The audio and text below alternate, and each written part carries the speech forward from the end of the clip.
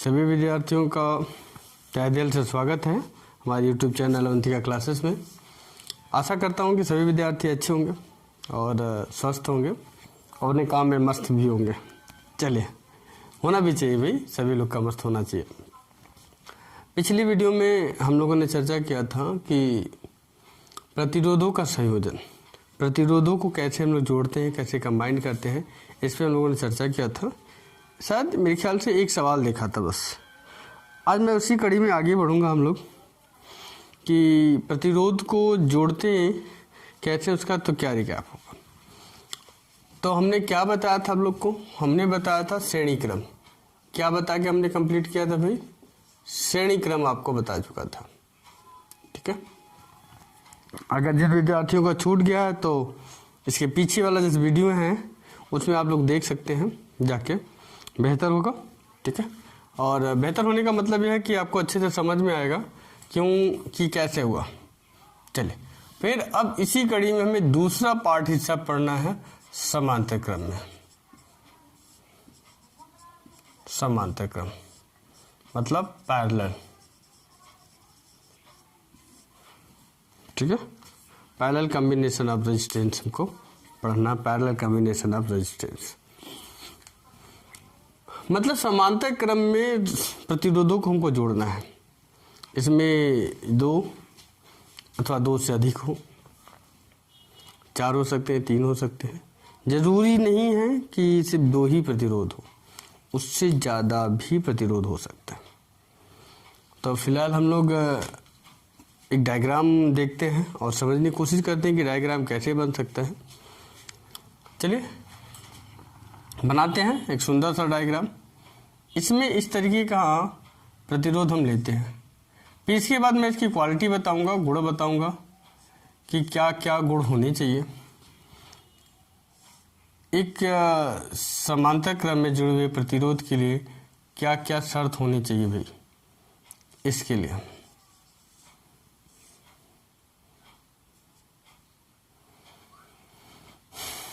चलो इसको इसी जगह से जोड़ दीजिए, आप एक ही जगह से कंबाइन कर देते हैं लोग, जैसे यहाँ। बहुत बढ़िया।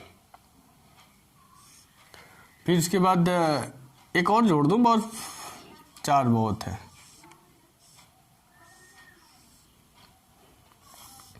इस पूरे प्रतिरोध को हम लोग बैटरी से जोड़ देते हैं और यहाँ पर एक प्रतिरोध जोड़ देते हैं। प्रतिरोध मतलब कि कुंजी, कुंजी बोले तो स्विच। ये हमारी बैटरी है। बड़ा वाला सिंबल पॉजिटिव होता है, छोटा वाला नेगेटिव होता है। इस तरीके से करंट जाता है, जो इस तरीके से जा रहा है आप देख रहे हैं, और ऐसे निकलेगा। ठीक है, इस तरीके से ऐसे, क्योंकि इसके चलने की दिशा जो है वो एक ही रहेगी, वो बदलने वाली है नहीं। धारा के चलने की दिशा एक ही क्रम होगा, मतलब एक ही दिशा की ओर जाएगा। पॉजिटिव से निकल रहा है, ऐसे जा रहा है, यहाँ आने के बाद बढ़ जा रहा है चारों में, उसके बाद फिर यहाँ पे आके कंबाइंड होके फिर एक साथ बढ़ने लग रहा है। मान लेते हैं कि इसमें जो धारा बह रही है वो कितना भाई हमारा I1 है, दूसरे में I2 है, तीसरे में I3 है, चौथे में I4 है। पहले की बात करें तो ये R1 है, दूसरे की बात करें R2 है, R3 है, और चौथे की बात करें R4 है। इतना है। ये प्रतिरोध हमारे ऐसे से जुड़े गए। तो मेरे ख्याल से आप सर्किट समझ चुके होंगे। और इसका जो विभव होता है वो नियत रहता है, विभव नहीं बदलता। ठीक है, इसका पहला इक्वालिटी है कि विभव जो भी है वो नहीं चेंज होता, कितना हो प्रयास कर लें। ठीक है, समांतर क्रम में जुड़े हुए सभी का पोटेंशियल क्या रहता है? कांस्टेंट रहता है। तो ये हमने एक डायग्राम बनाया है, किसका? समांतर क्रम का। देखिए सभी एक दूसरे के समांतर ऐसे खींचे गए हैं। समांतर लाइन आप जानते होंगे, उसी समांतर लाइन की तरह के सारे प्रतिरोध खींचे जाएं तो हमारे क्या हो जाएंगे? समांतर क्रम। मैं हट जाता हूं, आप लोग इसको थोड़ा सा देख के डायग्राम बनाने की कोशिश कीजिए। ठीक है,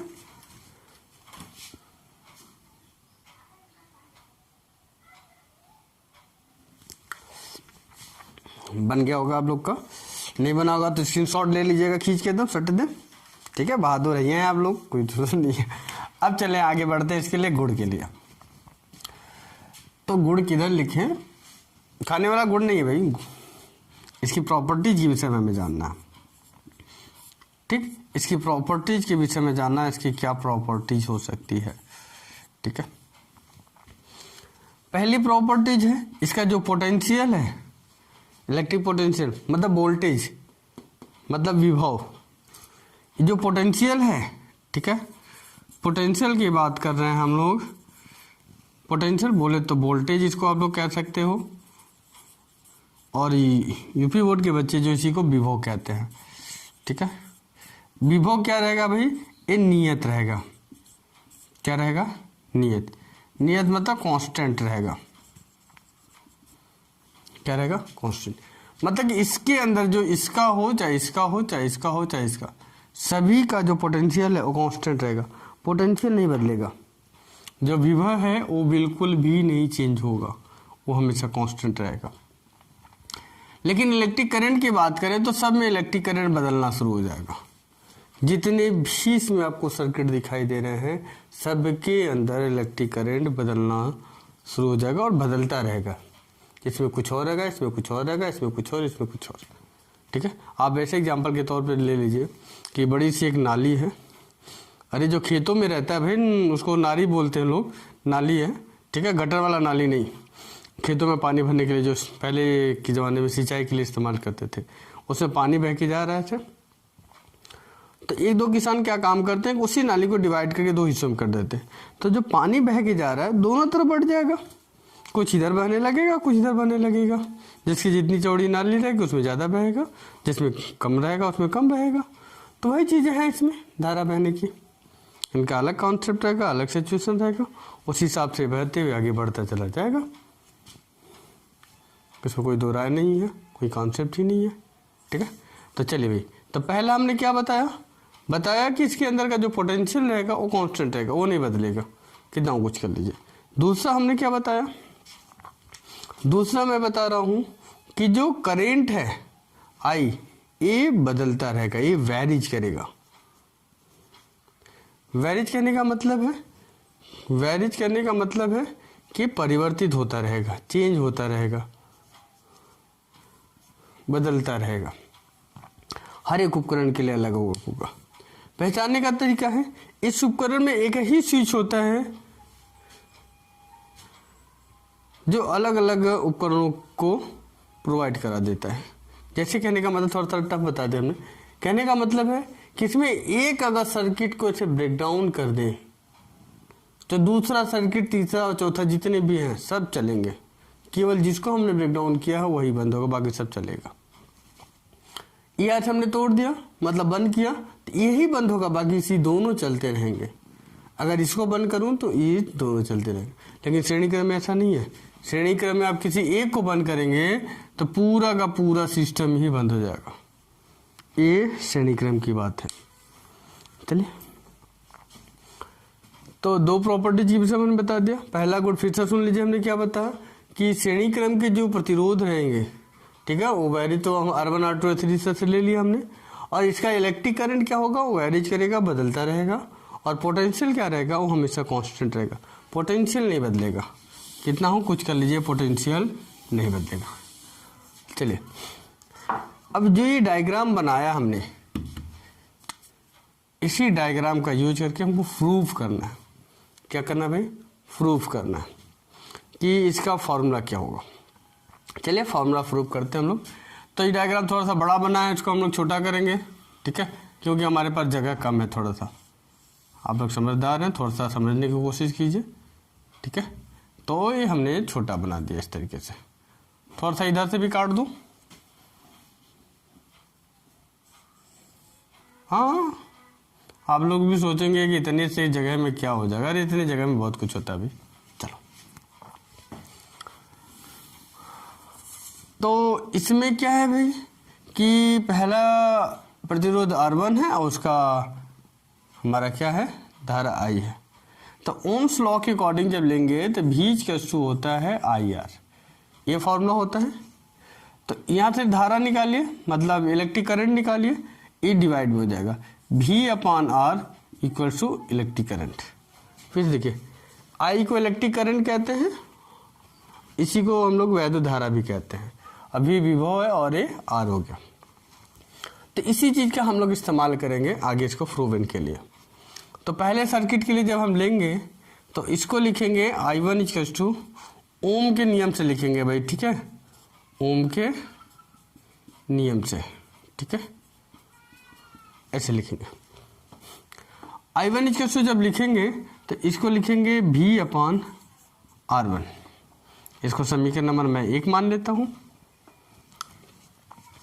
उसी तरह I2 जब लिखेंगे दूसरा वाला कंडीशन के लिए तो ये हो जाएगा I2 इक्वल्स टू हो जाएगा V अपॉन R2 हो जाएगा। इस समीकरण नंबर 2 मान लेता हूं। थर्ड वाला लीजिए तीसरे के लिए तो I equals to I3 equals to क्या हो जाएगा भाई हमारा V अपॉन R3 हो जाएगा। इस समीकरण नंबर 3 मान लीजिए। इसी तरीके से अगर दूसरे भी परिपथ हमको मिलते हैं, हालांकि हमने यहाँ 4 लिया है, हो सकता है किसी में 5 हो, किसी में 2 ही हो, किसी में 3, ये भी हो सकता है। फिलहाल हम पता नहीं है तो हम इसको मान लेते हैं IN V अपॉन RN। समीकरण नंबर N हमने मान लिया कि पहला ये रहा, दूसरा ये रहा, तीसरा ये, चौथा ये, ठीक है। चौथा नहीं है, डॉट डॉट हमने किया हुआ, इसका मतलब उनके बीच में कुछ नंबर्स हो सकते हैं, 5, 6, 10, 8 ऐसे हो सकते हैं। तो हमने मान लेते हैं भाई कि वो क्या है, N है। कोई संख्या हो सकती है, एक भी हो सकती है, ठीक है। तो मैं यहाँ लिख दूँ सभी समीकरण को जोड़ने पर, सभी समीकरण को जोड़ने पर, सभी समीकरण को जोड़ने पे, मतलब मैं क्या लिख रहा हूँ, एडिंग ऑल इक्वेशन, ठीक है भाई, एडिंग ऑल इक्वेशन, ठीक। सभी इक्वेशन को हम लोग जोड़ देते हैं। तो जोड़ेंगे तो क्या बनेगा भाई हमारा, देखो ये बनेगा I1 plus I2 plus I3 dot dot plus IN। देखिए 3 के बाद फिर IN को हमने ऐसे डॉट डॉट किया हुआ है तो आगे बीच में आ गया। चौथा पांचवा कुछ भी हो सकता है, उसमें जितने टर्म्स हैं। I1 की वैल्यू कितनी है, V अपॉन R1 है, V अपॉन R1 हो गया, प्लस I2 की वैल्यू है V अपॉन R2 है, I3 की वैल्यू है V अपॉन I3 है, डॉट डॉट ये क्या हो जाएगा, Vn की वैल्यू हो जाएगी V अपॉन Rn हो जाएगा। एक बात हमें बताइएगा, यहाँ से जितनी धारा दी गई है, मान के चलिए कि 10 एम्पियर की धारा अगर यहाँ से दी गई है तो यही 10 एम्पियर की धारा इस दिशा से चलेगी और यही 10 एम्पियर सब में डिस्ट्रीब्यूट हो जाएगा। फिर वापस यहाँ पे देखेंगे तो फिर यहाँ 10 एम्पियर मिल जाएगा। मतलब सभी धाराओं का योगफल ही जितना दिख रहा है कितना हो जाएगा, जैसे मैंने कहने का था I1 plus I2 plus I3 IN 10 ampere होगा भाई हमारा, मतलब कि 10 एम्पियर नहीं जो है, तो ये I हो जाएगा। हमने कंसीडर कर लिया कि भाई यहाँ से जो धारा दी जा रही है वो I धारा दी जा रही है, वही I धारा सब में डिस्ट्रीब्यूट होगा। हमने एग्जाम्पल के तौर पे आपको बताया था 10 एम्पियर, तो उसी तौर पे चलिए I1 I2 I3 सर्किट जितना दिख रहा है सबको हम ऐड कर दें तो बन जाएगा I का सू क्या बनेगा भाई हमारा, बनेगा V अपॉन, इसमें देखिए एक बात, V कॉमन आपको दिख रहा है, सब में V कॉमन दिख रहा है, उसे भी V कॉमन ले ले, लिखना थोड़ा आसान पड़ जाएगा। ये 1 upon R1 1 upon R2 plus 1 upon R3 1 upon Rn, ठीक है भाई। चलिए फिर मैं लिखूं तो V का सू ओम के नियमानुसार लिख सकता हूँ V अपॉन, मतलब I का सू क्या लिख सकता हूँ V अपॉन R। तो I का सू V अपॉन R लिखेंगे तो मैं ऊपर लिखता हूँ, शायद मेरे ख्याल से कट गया हो तो ऊपर लिख देता हूँ। तो क्या बन जाएगा हमारा, देखिए V upon R equal to, ये पूरी राशि आप लिख दीजिए, तो V कॉमन ले लीजिए, 1 upon R1 plus 1 upon R2 plus 1 upon R3 ऐसे से बढ़ता जाएगा 1 अपॉन Rn हो जाएगा, ठीक है। उधर नहीं दिख रहा हो तो मैं यहाँ लिख देता हूँ आपको थोड़ी देर के लिए, शायद लाइट चमक रहा होगा ना। देखिए तो क्या बनेगा, यही सेम हिस्सा आपको यहाँ पे मैं रख दूँ I की जगह पर। देखिए तो ये हो जाएगा V upon R equal to क्या बनेगा भाई हमारा 1 अपॉन, तो पहले V तो कॉमन ले रखे हम लोगों ने, 1 upon R1 plus 1 upon R2 plus 1 upon R3 ऐसे ऐसे 1 अपॉन Rn। ठीक है, B से B काट दीजिए, कट जाएगा। ये बचेगा हमारा 1 अपॉन R इक्वल टू बनेगा 1 upon R1 plus 1 upon R2 plus 1 upon R3 dot dot 1 upon Rn। ये हमारा एक फार्मूला बन जाएगा। ठीक है बाबू, ये हमारा एक फार्मूला बन जाएगा और इसका यूनिट क्या होता है भाई, ओम होगा। आपको जितने परिपथ दिखाई देंगे, मैं हट जाता हूँ, आपको थोड़ा सा लिखना पड़ेगा, वीडियो पॉज करके लिखिएगा। आपको जो भी ये सारा डेरिवेशन दिख रहा है, इसका यूटिलाइजेशन करके आपको लिखना और समझना है कैसे हो रहा है। यहाँ मैंने नहीं लिखा क्योंकि मुझे लगा कि शायद लाइट चमक रहा, तो मैंने इसलिए यहाँ लिख दिया। ये लास्ट फार्मूलाज हैं, इस फार्मूला का यूज करके आप लोग निकालेंगे। सर्किट में जितने आपको फार्मूला मतलब जितने प्रतिरोध दिए हैं, जितने रेजिस्टेंस दिए गए हैं, उतना आप यूज करेंगे। उससे कम दिया, उससे ज़्यादा दिया है, तो उस पर बिल्कुल आप फिक्र करने की ज़रूरत नहीं है। ये हो गया हमारा ओम्स लॉ की चीज़ प्रूव हो गया। आप इसे अच्छे से नोट डाउन कर लीजिए, समझ लीजिए, फिर उसके बाद मैं आगे बताऊंगा। मैं आशा करता हूँ आप लोग इसे नोट कर ही चुके होंगे।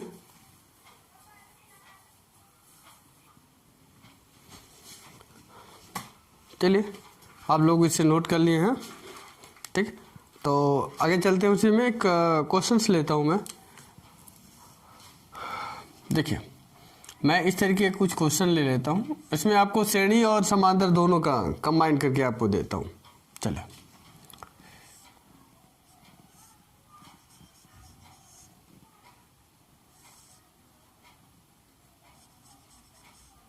यहाँ पे 2 एम्पियर 2 ओम दे दिया और यहाँ पे भी 2 ओम दे दिया हमने ऐसे।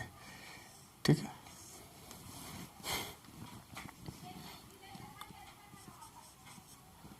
यहाँ पर भी 2 ओम दे दिया हमने इस तरीके से, और एक और यहाँ पर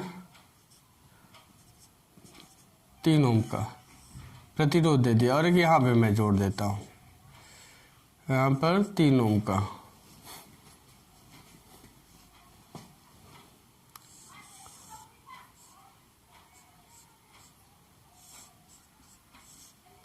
यहाँ पे मैं 18 वोल्ट आपको दे देता हूँ, पॉजिटिव और नेगेटिव हो गया, ये कुंजी के दे दिया हमने। धारा इस दिशा में बह रही है आपकी, ऐसे ऐसे। ठीक है, ऐसे धारा बह रही है। ठीक है, हमको निकालना क्या है, पहला सवाल आपको सुन लीजिए। हमको निकालना है तुल्य प्रतिरोध। क्या निकालना है भाई हमें, हमको निकालना है तुल्य प्रतिरोध। क्या निकालना है, ध्यान दीजिए। पहला आपको निकालना है तुल्य प्रतिरोध। तुल्य प्रतिरोध को आप ऐसे कह सकते हैं, इक्विवेलेंट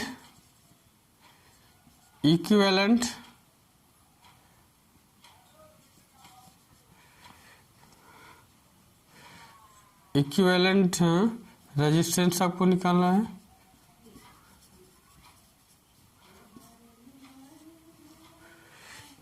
दूसरी चीज क्या निकालनी है आपको, इलेक्ट्रिक करंट, विद्युत धारा,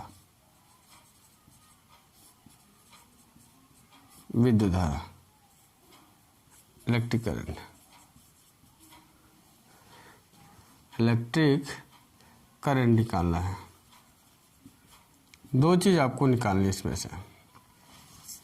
तुल्य प्रतिरोध का मतलब है कि इस पूरे परिपथ को मिलाकर जो आपका प्रतिरोध होगा, मतलब पूरी परिपथ को मिला के सॉल्व करने के बाद एट लास्ट आपको जो प्रतिरोध मिलेगा वही तुल्य प्रतिरोध होगा, इक्विवेलेंट प्रतिरोध होगा, इक्विवेलेंट रेजिस्टेंस होगा।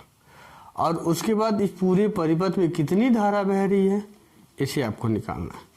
क्योंकि धारा इसमें बह के तो जा रही है, इस कंडीशन पे आने के बाद धारा बढ़ जाएगी। एक कुछ इसमें बनेगा, कुछ इसमें चलेगा, लेकिन इसमें और इसमें, इन दोनों में धाराएं समान रूप से बहेगी। क्योंकि श्रेणी क्रम में है, हमने आपको पहले पढ़ाया था, श्रेणी क्रम में जितने प्रतिरोध होंगे सब समान रूप से बहेंगे, लेकिन समांतर क्रम में प्रतिरोध बढ़ जाता है। किसी में ज़्यादा किसी में कम हो जाता है।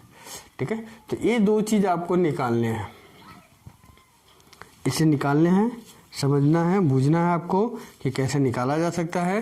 दिमाग लगे, दोनों कंडीशन आपके सामने हैं, इसको आपको सॉल्व करना है। चलिए शुरू करते हैं सॉल्यूशंस का। देखिए तो ध्यान दीजिए, ये आपको सामने जो दिख रहा है ये किसमें है, समांतर क्रम में। तो समांतर क्रम के लिए हमने क्या कंडीशन बता रहा है, मैं यहाँ मिटा देता हूँ इसको। ठीक है, इसको मैं मिटा देता हूँ, मैं यहाँ लिख देता हूँ r इक्वल्स टू वाट और y इक्वल्स टू बी वाट। चलिए, तो ये समांतर क्रम में है, तो समांतर क्रम के लिए हमने फॉर्मूला बताया था 1/r equals to 1/r1 plus 1/r2। अब ये प्रतिरोध कुछ और है, तो आप इसके लिए कुछ अलग मान लीजिए भाई। जैसे मान लीजिए कि हमारा, इसको हम R1 मान लेते हैं, इसको R2 मान लेते हैं, इसको R3 मान लेते हैं, ये हमारा R4 हो गया और ये हमारा R5 हो गया। तो इसको डैश कर दीजिए, कुछ तो डिफरेंस होना चाहिए। चलिए भाई, 1/r डैश, R1 की वैल्यू कितनी है 1/2 प्लस 1/2। इसको जब सॉल्व करेंगे तो 1/r डैश इक्वल्स टू कितना हो जाएगा, एलसीएम लेंगे तो 2, फिर ये कितना हो जाएगा 1 प्लस 1 1/r डैश। अरे भिन्नों का जोड़ घटाना आपको आता होगा, ये दोनों के एलसीएम है तो ये 2 हो जाएगा। ठीक है, 2 का इसमें डिवाइड करेंगे तो 1 आएगा, फिर यहाँ 1, 2 का भी इसमें डिवाइड करेंगे तो फिर आंसर आएगा 1 मल्टीप्लाई करने के बाद। ठीक है, आप ऐसे कह सकते हो कि जब हर समान रहते हैं ऊपर वाला डायरेक्ट ऐड हो जाता। 2/2 काट दीजिए, कितना आ गया 1, तो इसका आंसर मिला 1/r डैश इक्वल्स टू 1 ओम मिल गया। तो अभी फिलहाल इसका मिल गया। तो ये देखिए, ये अभी फिलहाल कितना था समांतर क्रम में, लेकिन अभी क्या हो जाएगा, एक सिंगल प्रतिरोध में बदल जाएगा इस तरीके से, और इसका रिजल्ट हो जाएगा 1 ओम। मतलब अब ये खत्म हो गया आपका सिस्टम पूरा, मतलब आपने इसको सॉल्व करके निकाल दिया तो इसका आंसर हो गया कितना 1 ओम।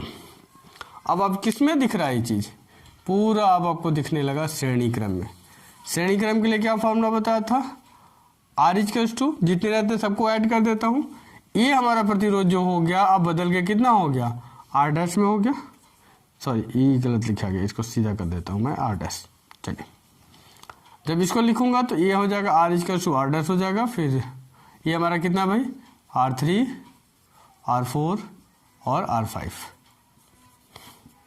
R1 कितना है, R डैश कितना है हमारा 1 निकला है, R3 कितना है 2 है, R4 भी 3 है और R5 भी 3 है। इसको जब हम लोग सॉल्व करेंगे तो R इज कैसे मिलेगा 9 ओम, 3 3 6 6 2 8 19 9 ओम निकल गया। अब हमें निकालना भाई, तो R तो निकाल दिए, हमें निकालना है I। तो ओम्स के लॉ से बात करेंगे किसके, ओम के नियमानुसार, according to Ohm's law, according to नियमानुसार। ठीक है भाई, अकॉर्डिंग टू ओम्स लॉ जब बात करेंगे तो हमारा निकल के आएगा V इक्वल्स टू IR हो जाएगा। ठीक है, V की वैल्यू दे रखा हमने, V की वैल्यू इतना हमने दे रखा है आपको 18 वोल्ट रख देता हूँ मैं यहाँ पे। और I की निकालनी है हमें, R हम लोग निकाल के रखे हैं, कितना रखे हैं 9 से काटिए, 9 2 जा 18, तो I का क्या निकल गया आपका 2 एम्पियर। मतलब कि इसमें भी 2 एम्पियर फ्लो करेगा, इसमें भी और इसमें भी, और इसमें भी 2 एम्पियर फ्लो करेगा। फिलहाल तो हमारा कि ऐसा था, ये तो हमारा आर्टिफिशियल था, हमने बनाया अभी थोड़ी देर पहले, लेकिन ये क्या था, ये इस रूप में था। ठीक है, ये इस तरीके से था।